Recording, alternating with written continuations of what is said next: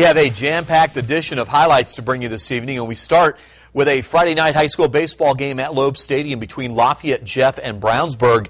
Ben Brystone, well, he's going to come up for Brownsburg, and this is a really good team, by the way, and he will connect. A solo homer.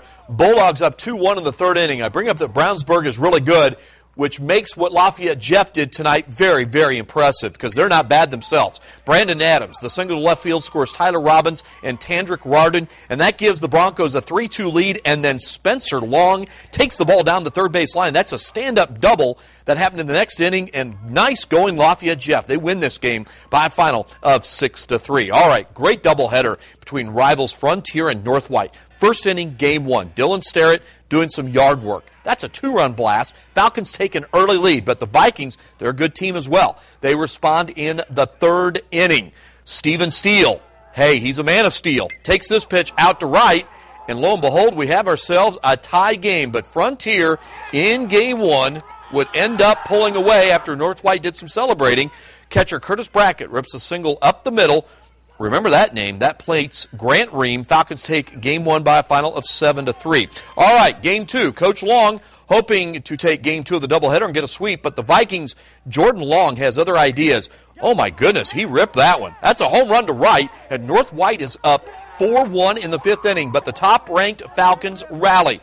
Grant Ream with the soft single to right, and that brings home Bryce Barber, and it is now a 4-2 lead North White. And then the Falcons, coming up in the sixth, tie the game with 2 outs. Barber crushes a double out to the fence and right. A couple of runs score, so well, we're tied at 4. In the seventh, a runner on. I told you Curtis Brackett would figure in this one. Hits one hard towards center, gets under the legs of the center fielder. Starrett wheels around to score, and Frontier wins 5-4 in a thriller. They are now 20-0 on the season. All right. A future baseball player checking out, and we got your final score. All right, let's show you the highlights. Tanner Kripe on the mound for Delphi. He gets the strikeout swinging to end the inning, and then runners at first and third in the bottom of the fourth. It's Michael Lippi takes the ball down the line, and that gets past the first baseman. Chaz Bobillo scores from third, 1-0 Central Catholic. Same inning, Cole Ruskovich up to bat, slow one to short. Matt Combs hustles in to score, bad throw to first. That allows Lippi to score. 2 runs, puts the Knights up 3-0. Then, and by the way, Ruskovich, 2 RBIs in the game. Then Drew Anthrop puts the squeeze bunt down. Scott Windler scores easily. Delphi can't get the throw over to first. Anthrop safe. Ruskovich scores. There's your final again. Hey, you saw it once, you get to see it again. Central Catholic wins it by a final of 6-1. Central Catholic also hosting Delphi, this time in softball. Fourth inning. Caitlin Schock, a very good freshman on the mound for the Lady Oracles. She gets the strikeout looking. Delphi ahead 1-0. Same inning, Knights put the squeeze bunt down. That allows Ashley Adams to score. And then we move to the top of the fifth. Tie game, runner at third for Delphi. Oracles lay the bunt down. Central Catholic out at first. Then Chandler Norman at third tries for home. Knights, though, good defensively there. They get the out. And the Knights would go on to win this one in extra innings. Good win for Central Catholic by a final of 2-1. There's your final in 9 innings. Go to Twin Lakes for their big old softball tournament. We start with Frontier and Harrison. How about Brooke Jordan striking out the side in the fifth?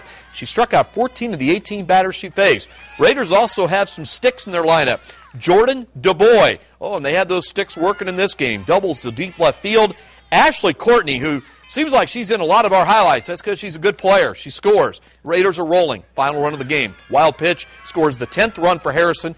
The Raiders win by that score by a final of 10-0. Elsewhere, softball. McCutcheon taking on Eastern.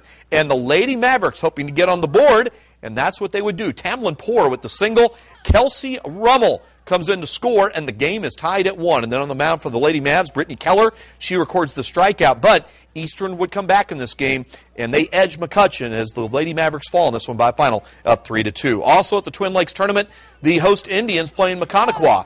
Twin Lakes was on fire in this game. Fourth inning, Jess Berry with the single to right. Sarah McElrath scores. So Twin Lakes, well, they're taking advantage of the home cooking later in the inning. Presley Estes, that's a double off the outfield wall. Couple of more runners score, and the Lady Indians cruise in this one. Final 12-1, Twin Lakes over Maconaquah. Let's go to the scoreboard. Appreciate all the scores called in. High school baseball, Garrett House slugged a 3-run walk-off home run to lift Twin Lakes to a 4-1 victory over Northwestern. Softball, more scores from that Twin Lakes Invitational. Lewis Cass defeated Lafayette Jeff 5-1. Lowell was an 11-1 winner over Benton Central. Crown Point defeated Pioneer by a final of 8-1, and Munster downed Western by a final of 7-1.